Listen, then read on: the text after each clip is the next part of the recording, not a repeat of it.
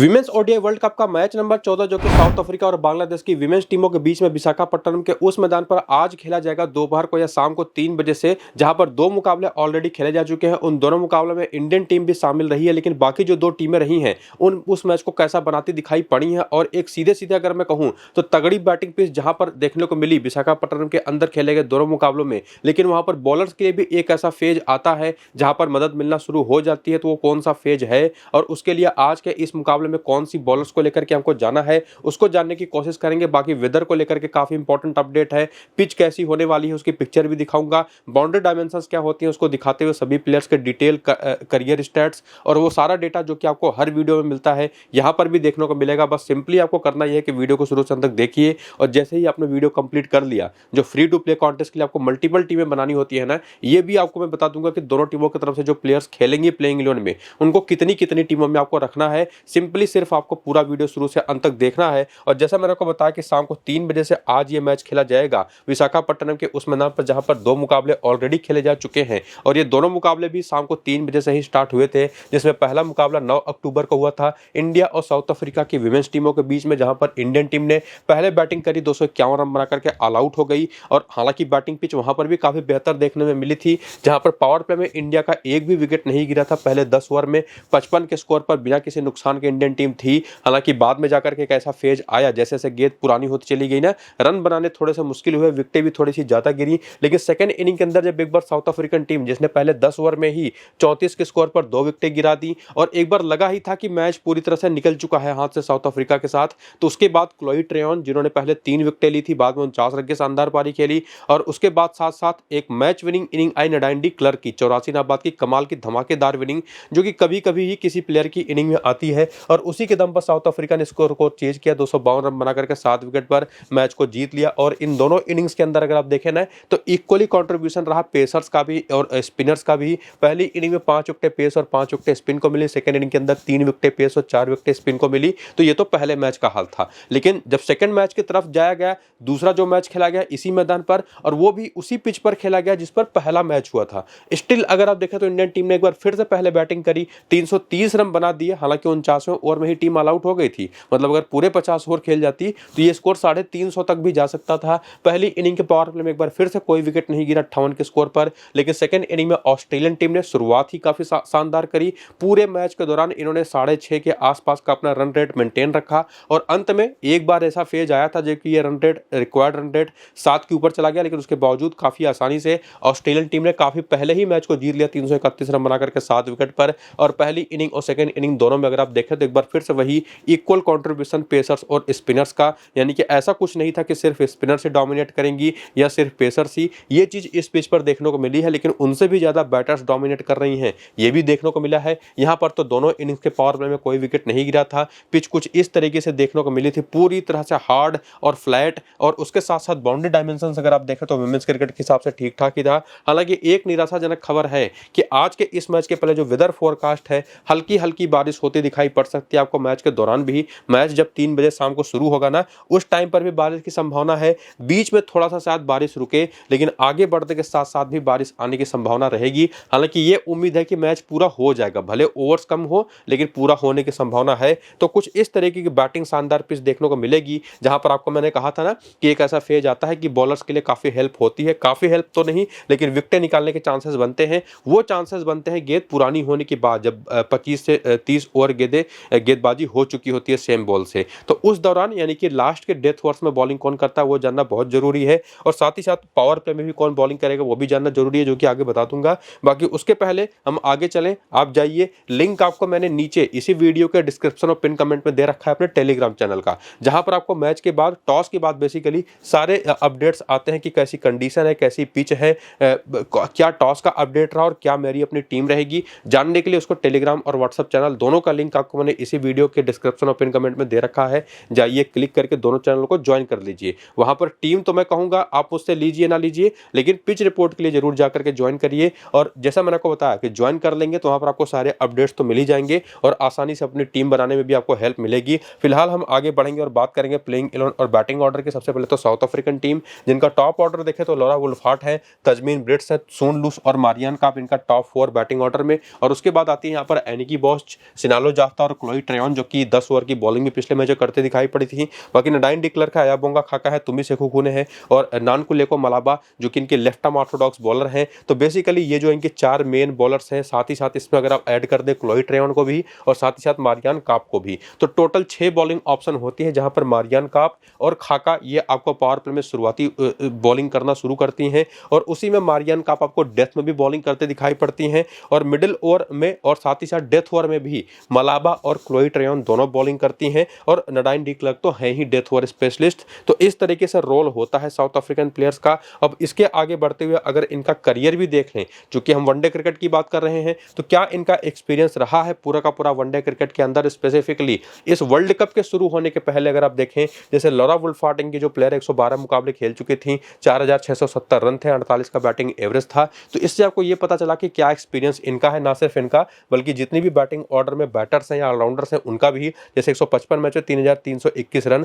35 का शानदार batting average और 170 विकेटें हैं किसके, मारियान काप के। तो जबरदस्त ऑलराउंडर जिनको आप सीधे कप्तान है कप्तान बना सकते हैं। और इवन बॉलर्स भी जो है ना, जैसे नानकुलेको मलाबा की बात करें, लेफ्ट आर्म ऑर्थोडॉक्स, इस वर्ल्ड कप के पहले 39 में जब 42 विकेट ले चुकी थी। और इनका जैसे आपने ये बैटर्स का देखा ना, बैटिंग एवरेज आपको इनिंग के बेसिस पर देखने को मिलेगा, बॉलिंग का स्ट्राइक रेट भी आपको इनिंग के बेसिस पर देखने को मिलेगा, जिसमें यह समझ में आएगा कि पहली इनिंग में 40 गेंदें लगती है एक विकेट निकालने में, सेकंड इनिंग में 32 गेंदें, तो ऑलमोस्ट दोनों इनिंग में सिमिलर अमाउंट ऑफ विकेटें। हालांकि ये कहेंगे आपके सेकंड इनिंग में ज्यादा बेहतर बॉलर ये बनती दिखाई पड़ी हमेशा से। अयाबोंगा खाका की बात कर रहा हूं, नानकुलेको मलाबा के तो निश्चित तौर पर पहली इनिंग के स्ट्राइक रेट्स ज्यादा बेहतर हैं। और ये एक ऐसी बॉलर है ना, जो भी आप फैंटेसी टीम साउथ अफ्रीका की तरफ से कभी भी बनाएं, नानकुलेको मलाबा को अपनी टीम से आप कभी ड्रॉप कर नहीं सकते। तो उसको देखने के बाद जैसा कि आपने करियर देखा, अब हम आगे आकर के देखेंगे कि कैसा रिसेंट फॉर्म रहा है फिलहाल इस पूरे वर्ल्ड कप के अंदर भी और उसके पहले भी। तो उसमें लॉरा वुल्फार्ट की बात करें तो उन्होंने पहला 2 मुकाबला तो बहुत अच्छा नहीं खेला, 14 और 5 रन की पारी खेली, लेकिन पिछले मैच में इंडिया के खिलाफ 70 रन की शानदार पारी खेली। बाकी तजमीन ब्रिट्स की बात करते हैं, इनके सेकंड मैच काफी बेहतर गया, शतक लगाया था इन्होंने, 101 रन की पारी खेली, लेकिन उसके पहले वाले मैच में भी और लास्ट वाले इंडिया वाले मैच में भी खाता खोल नहीं पाए और इनका पूरा करियर ऐसा ही चला है। या तो बहुत शानदार फॉर्म में होंगी और इस पूरे के पूरे साल में तो इन्होंने जम करके शतकें लगाई हैं, लेकिन उसके बाद लगातार फ्लॉप शो भी जारी होता है। यानी कि अगर 15 मैच एक साल में खेल गई वनडे क्रिकेट में, तो 3, 4 या 5 मैचेस तो इनके बहुत ही शानदार जाएंगे, बाकी 10 मैचेस काफी खराब जाएंगे। तो ये एक रिस्क लेकर के आती है निश्चित तौर पर। उसके बाद आती है सून लूस, जो बीच में एक मैच में बॉलिंग भी करते दिखाई पड़ी थी, 83 रन की शानदार नबाद पारी भी खेली थी, जिसमें शतक लगाया था तजमीन ब्रिट्स ने उन्हीं के साथ, लेकिन बाकी 2 मैच में ये भी कामयाब नहीं हो पाई, 5 और 2 रन की पारी। और उसके बाद आती है मारियान काप, जो कि आउट एंड आउट अगर मैं बात करूं एक ऐसी ऑप्शन है जिनको आप ड्रॉप कर ही नहीं सकते। अगर आप मान लीजिए 6 टीमें बना रहे हैं फ्री टू प्ले कॉन्टेस्ट के लिए ना, तो उसमें से कम 5 टीमों में आपकी होनी चाहिए 20 run 2 wicket, 14 run 1 wicket, 4 run कोई विकेट नहीं। परफॉर्मेंस आप कह सकते हैं कि थोड़ा सा अभी भी बिलो द एवरेज ही है इनके स्टैंडर्ड के हिसाब से, लेकिन जो इनकी यूटिलिटी है खास करके इस मैदान पर, वो आप इनको ड्रॉप नहीं कर सकते हैं, ये कम से कम क्लियर करती हैं। बाकी एनिकी बॉश हो गए, सिनालो जाफ्ता हो गई, कोई खास रोल इनका अभी तक रहा नहीं है। लेकिन क्लोई ट्रेयन जिन्होंने इंडिया के ही खिलाफ इसी मैदान पर 10 ओवर में 32 रन देकर के 3 विकेट लिया, फिर 49 रन की शानदार पारी खेली। नडाइन डिक्लर्क जिन्होंने 2 विकेट पहले बॉलिंग करते हुए 10 ओवर में लिया, फिर 84 नाबाद की शानदार पारी खेली। ये दोनों भी इक्वली गुड प्लेयर है मारियान काप की तरह, कि आप इन तीनों को ही बेसिकली 6 में से तो कम 5 टीमों में, या बेसिकली आप चाहे जितनी भी मल्टीपल टीमें बनाए उसमें से 90% टीमों में तो ये 3 प्लेयर आपके होने ही चाहिए। और प्लस इसी में एक और बॉलर इनके आती है नानकुलेको मलाबा, अभी तक के 3 मैचेस में 6 विकेट ले चुके हैं, पिछले 2 मैचेस में 6 ही विकेट है, इसी मैदान पर खेले गए लास्ट वाले मैच में 2 विकेट है। तो जब आप साउथ अफ्रीका की तरफ से प्लेयर पिक करने जाते हैं, तो जो पूरी की पूरी बैटिंग ऑर्डर आपको दिखाई पड़ रहा है, इसमें तुमी सेखुकू ने पिछला मैच खेली थी और पिछले मैच में ना मसाबता क्लास को नहीं खिलाया गया था, जो पहले 2 मैच में खेली थी और विकेट नहीं ले पाई थी।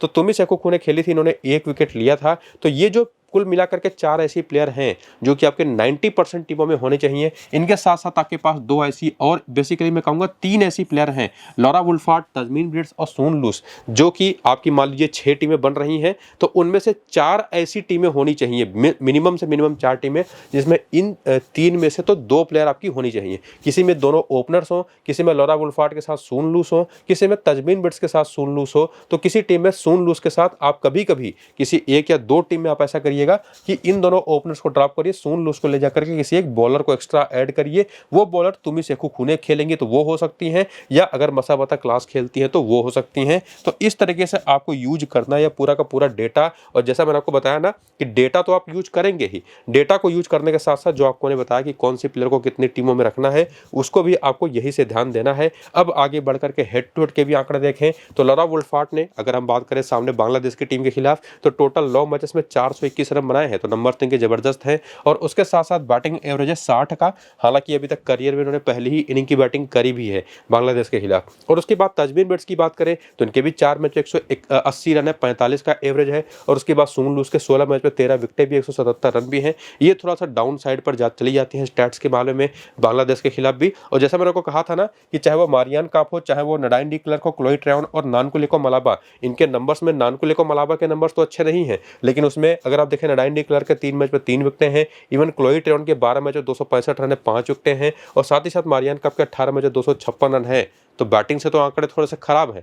तो वो प्लेयर उसके बावजूद जो 4 आपको मैंने कुछ देर पहले कहा कि मिनिमम 90% टीमों में होनी चाहिए, और उसमें सबसे बेहतर उसके अलावा 5वीं कोई प्लेयर है तो वो लॉरा वुल्फार्ट है। छठी बेस्ट प्लेयर यहाँ पर तजमीन बिट्स रहेंगी। ये बात यहाँ से हमारी क्लियर होती है। बाकी वेन्यू का नंबर अगर आप देखें कि इस मैदान पर कैसी परफॉर्मेंस रही इन प्लेयर्स की, तो वो अभी जो पिछला इंडिया के खिलाफ मैच हुआ था ना, इसी मैदान पर जो साउथ अफ्रीका ने हारा हुआ मैच जीता, उसी में ये पहली बार खेली थी पूरी की पूरी प्लेयर्स। और उसी में जो परफॉर्मेंस आई जिसमें क्लोई ट्रेवन ने 49 रन बनाए, 3 विकेटें ली, नडाइन डी क्लर्क ने 84 रन बनाए, 2 विकेटें ली, 2 विकेट नानकुलिको मलाबा लेकर के गई, 25 रन बनाए, 2 विकेट लिए मारियान काप ने, 70 रन की शानदार पारी की थी लॉरा वुल्फार्ट ने। तो वही नंबर्स आपको यहाँ पर भी देखने को मिलेंगे। तो वही आपकी बेस 4 से 5 प्लेयर है प्लस लॉरा वुल्फार्ट को लेकर के जो आपकी मेजॉरिटी टीमों में होंगी, और कुछ टीमों में तजमीन ब्रिट्स भी होंगी। और वही जो 4-5 प्लेयर हैं या तजमीन ब्रिट्स को भी अगर आप ऐड कर दें तो वही रोटेट होकर के कप्तान भी बनेंगे, खास करके ऑलराउंडर्स। अब आकर के वीकनेसेस को भी देख लें कि जो साउथ अफ्रीकन बैटिंग लाइनअप है सामने जब बांग्लादेश के खिलाफ खेलेगी तो उनकी बॉलिंग लाइनअप के खिलाफ कैसा परफॉर्मेंस हो सकता है। तो लॉरा वुल्फार्ट एक ऐसे प्लेयर हैं जो मरूफा अख्तर के 29 गेंद पर 22 रन बना करके एक बार आउट हो चुके हैं ऑलरेडी। फहीमा खातून की 37 गेंद पर 33 रन बना करके एक बार आउट हो चुकी है। नहीदा अख्तर के लेफ्ट आर्म ऑर्थोडॉक्स पर भी 2 बार आउट हुई हैं, लेकिन 58 रन बना करके। तो ना तो किसी बॉलर ने इनको खास परेशान किया है, नंबर आपने पीछे देखे ही 60 का बैटिंग एवरेज है बांग्लादेश के खिलाफ। और स्पेसिफिकली किसी टाइप ऑफ बॉलिंग पर भी कोई दिक्कत इनको होती नहीं, इक्वली गुड प्लेयर है, चाहे पेसर के खिलाफ हो चाहे स्पिनर के खिलाफ। और उसके बाद आती है इन्हीं के साथी जो ओपनर है तजमीन ब्रिट्स, ये मारूफा अख्तर पर एक बार आउट हुई है 30 गेंद पर 21 रन बना करके। दिक्कत इनको भी किसी टाइप ऑफ बॉलिंग पर कुछ खास होती नहीं, स्पिन भी इक्वली गुड खेलती है, पेस भी, हालांकि वो बात भी है कि कंसिस्टेंट नहीं रहती हैं। इसके बाद सून लूस की बात करें तो राबिया खान पर एक बार आउट हो चुके हैं केवल 15 रन बना करके। नहीदा अख्तर पर 2 बार 52 रन बना करके।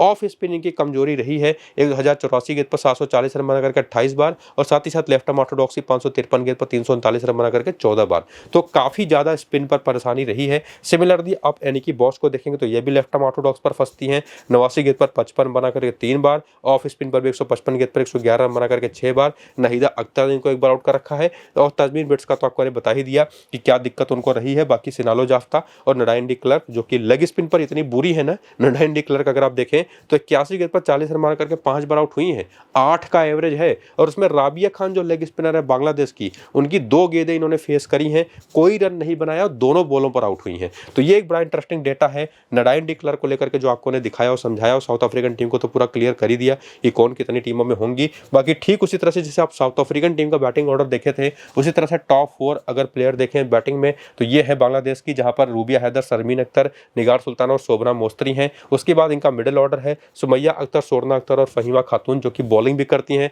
सोरना अख्तर भी थोड़ी बहुत बॉलिंग कर देती हैं। और बाकी राबिया खान, नहीदा अख्तर, मरूफा अख्तर और एन अख्तर निसी, यानी कि निसी तो थोड़ा सा कम बॉलिंग करते हैं, राइट आर्म ऑफ स्पिनर है, लेकिन right arm medium pacer Marufa Akhtar हो गई, लेग स्पिनर यहाँ पर हो गई राबिया खान, नहीदा अख्तर हो गए लेफ्ट आर्म ऑर्थोडॉक्स। और ये दोनों लेग स्पिनर्स भी मेजॉरिटी बॉलिंग अगर आप बात करेंगे ना तो फहीमा खातून आपको करते दिखाई पड़ेंगी, नहीदा अख्तर करते दिखाई पड़ेंगे, राबिया खान करते दिखाई पड़ेंगे और मरूफा अख्तर। ये 4 ऐसी बॉलर है जो अराउंड 10 ओवर के आसपास बॉलिंग कर देंगी। और बाकी बचे हुए ओवर निशिता अख्तर निसी और सोरना अख्तर मिल करके करती हैं। तो ये रोल इनका रहा है। और उसमें जो पूरे 10 ओवर के राउंड करती हैं वही इंपॉर्टेंट भी है, वो पावर प्ले में भी और डेथ में भी बॉलिंग करते मिक्सचर करके दिखाई पड़ेंगी। और उसके बाद बांग्लादेशी प्लेयर्स का करियर का डेटा, जिसमें प्लेयर्स का नाम तो आप देख ही पा रहे होंगे और उनका कैसा एक्सपीरियंस रहा है वनडे क्रिकेट में, इनिंग की बेसिस पर भी वो भी आप यहाँ पर देख पाएंगे। जो भी भी आपको मैंने पीछे साउथ अफ्रीकन टीम का समझाया था ठीक उसी तरह से। और उसके बाद आगे आकर के अगर आप रिसेंट फॉर्म देखें तो वो भी आपके सामने है, जिसमें आप देखेंगे कि फरजाना हक एक ऐसी प्लेयर थी जिनको पहले मैच में तो खिलाया, 2 रन बनाए, लेकिन विकेट वहां पर बॉलिंग इन्होंने करी नहीं और उसके बाद के 2 मैचेस में इनको ड्रॉप कर दिया। जब ये 2 मैचेस में बाकी ड्रॉप हो गई तो रूबिया हैदर और शर्मीन अख्तर ने बाकी के दोनों मैचेस में ओपन किया। दोनों की परफॉर्मेंसेस अगर आप देखें तो उसमें रूबिया हैदर ने तो पहले मैच 54 नंबर की पारी खेली, लेकिन बाद के 2 मैच में फ्लॉप हो गई। बाकी शर्मीन अख्तर ने बीच में एक मैच में 30 रन बनाए। निगार सुल्ताना तो अभी तक तीनों ही मैचेस में नहीं चली हैं। शोभना मोस्तरी की बात करें तो 3 में से अभी तक एक मुकाबला केवल वो खराब गया है, लेकिन बाकी 60 रन और 24 नंबर की 2 बढ़िया पारियां खेली हैं। तो इससे समझ में आता है कि इस पूरी बैटिंग लाइनअप के अंदर शोभना मोस्तरी पे आप भरोसा तो कर सकते हैं, जो कंसिस्टेंट सबसे ज्यादा है। हालांकि यहां पर मैं सेकंड बेस्ट ऑप्शन हमेशा निगार सुल्ताना को आपको बताता हूं। और उसके बाद देखें तो स्वर्णा अख्तर, जिन्होंने पहले मैच में 3 विकेट लिया, लेकिन उसके बाद आपको कोई भी सफलता निकालते दिखाई नहीं पड़ी। ये उसी तरीके के हाईली इनकंसिस्टेंट प्लेयर हैं जो कभी चल जाएंगी तो आपको सीधे टॉप रैंक पर लेकर के जाएंगी, वरना आपको ज्यादातर मैचेस में 90% टाइम आपको डाउन ही करेंगी। और उसके बाद यहाँ पर आती है सबसे one of the best allrounder team की फहीमा खातून, 34 रन 1 विकेट, 7 रन 3 विकेट और 1 विकेट, ये इनकी 3 परफॉर्मेंस रही है। और ये उन प्लेयरों में से एक है जो कि आपकी कम से कम 90% टीमों में होनी चाहिए। ना सिर्फ ये बल्कि नहिदा अख्तर भी उसी तरीके के प्लेयर हैं, 3 मैच में 3 विकेट ले चुके हैं, बल्ला भी चलाना जानती हैं। और उसके बाद आती है राबिया खान, जिन्होंने एक्चुअली बैटिंग अच्छी करके दिखाई है। बॉलिंग में तो पिछले मैच में आकर के फॉर्म में आई थी, 3 विकेट इन्होंने लिया था। तो ये वो तीसरी बांग्लादेश की प्लेयर है फहीमा खातून और नहिदा अख्तर के साथ राबिया खान, जो कि आपकी 90% टीम वाली प्लेयर होंगी। और उसके बाद यहाँ पर आती है मरूफा अख्तर, जिन्होंने अभी तक शानदार बॉलिंग करी है, खास करके ऐसी गिवन कंडीशन में जो आज होने वाली है, जहां पर ओवरकास्ट कंडीशन होगी। निशिता अख्तर, निशी को भी 2 बार मौके मिले हैं, 2 विकेट लिए हैं। संजीदा अख्तर को 1 बार मौका मिला है, 1 विकेट लिया है। ऋतु मौनी को भी 1 बार खिलाया गया लेकिन चली नहीं। बाकी यहाँ पर सुमैया अख्तर भी 1 बार खेली है, बैटिंग करने का मौका मिला, केवल 1 रन बना पाई है। तो बेसिकली ये 3 ऐसी प्लेयर हैं जो कि ज्यादातर मेजोरिटी टीमों में आपकी होंगी, 90% टीमों में। मरूफा अख्तर को भी आप रोटेट कर सकते हैं, किसके साथ? किसी एक बैटर या ऑलराउंडर स्वर्णा अख्तर के साथ। यानी कि अगर आप मान लीजिए 6 टीमें बना रहे हैं तो मरूफा अख्तर आपकी 3 टीमों में होंगी और बाकी 3 टीमों में से आप ले सकते हैं 1 या 2 टीम में शोभना मोस्तरी को, 1 या 2 टीम में निगार सुल्ताना को और किसी 1-8 टीम में स्वर्णा अख्तर को भी। तो इस तरह से आपको पूरा यूज करना है आज के इस मैच में। जो भी डेटा आपको मैंने समझाया या जो प्लेयर एनालिसिस आपको बताई, उसको देखते हुए और अपने प्लेयर पिक करने हैं। तो यहाँ तक तो क्लियर ही हो चुका है बेसिकली कि कैसे टीम बनेगी। बाकी हेड टू हेड के आंकड़े आप देख सकते हैं बांग्लादेशी प्लेयर्स के। साउथ अफ्रीका के खिलाफ फरजाना हक के 20 में 496 रन है, बैटिंग एवरेज पहली इनिंग का 26 है, जो कि मेजोरिटी वहीं पर बेहतर खेलती हैं। बाकी शर्मीन अख्तर के 10 मैच 159 रन है, 15 मैच में 271 रन है निगार सुल्ताना के। तो पूरी बैटिंग ऑर्डर में देखेंगे जहां पर शोभना मोस्तरी के भी 1 मैच 5 रन है, 3 मैच में 34 रन है स्वर्णा अख्तर के, 8 मैच 86 रन है फहीमा खातून के। तो बेस्ट ऑप्शन आपको निगार सुल्ताना ही दिखाई पड़ती है। और उसके बाद नहिदा अख्तर के 13 मैच में 10 विकेट हैं, 3 मैच में 4 विकेट हैं। राबिया खान के, मरूफा अख्तर के 3 मैच में 2 विकेट हैं। तो वही उसी तरीके से आपको यूज करना है जो आपको मैंने खास करके पीछे रीसेंट फॉर्म बताया था, वहीं पर प्लेयर पिक आपको करना है। बाकी इस मैदान पर तो पहली बार बांग्लादेशी प्लेयर्स खेलेंगी तो कोई डेटा मिलेगा नहीं। और उसके बाद आकर के प्लेयर बैटल में वीकनेसेस को देखेंगे तो रूबिया हैदर एक ऐसी प्लेयर है जो राइट आर्म मीडियम पेस पर सबसे ज्यादा खराब खेलती है, स्पिन अच्छा खेलती है। 2 बार आउट हुए 57 गेंद पर केवल 24 रन बना करके। दूसरी जो ओपनर है शर्मीन अख्तर, ये लेफ्ट आर्म ऑर्थोडॉक्स पर काफी बुरी है, 235 गेंद पर 132 रन बना करके 8 बार। अयाबोंगा खाका पर 2 बार 71 गेंद पर 37 रन बना करके। मारियान कैप की 64 गेंद पर 31 रन बना करके 1 बार। तो जो पावर प्ले की बॉलर्स है ना, उनका भी पूरा मौका बनेगा इन दोनों के खिलाफ। और अगर ये दोनों थोड़ा सा टिक गई तो बाद में स्पिनर्स का मौका बनेगा। उसी तरह से आप यहाँ पर निगार सुल्ताना का, शोभना मोस्तरी का भी देख सकते हैं।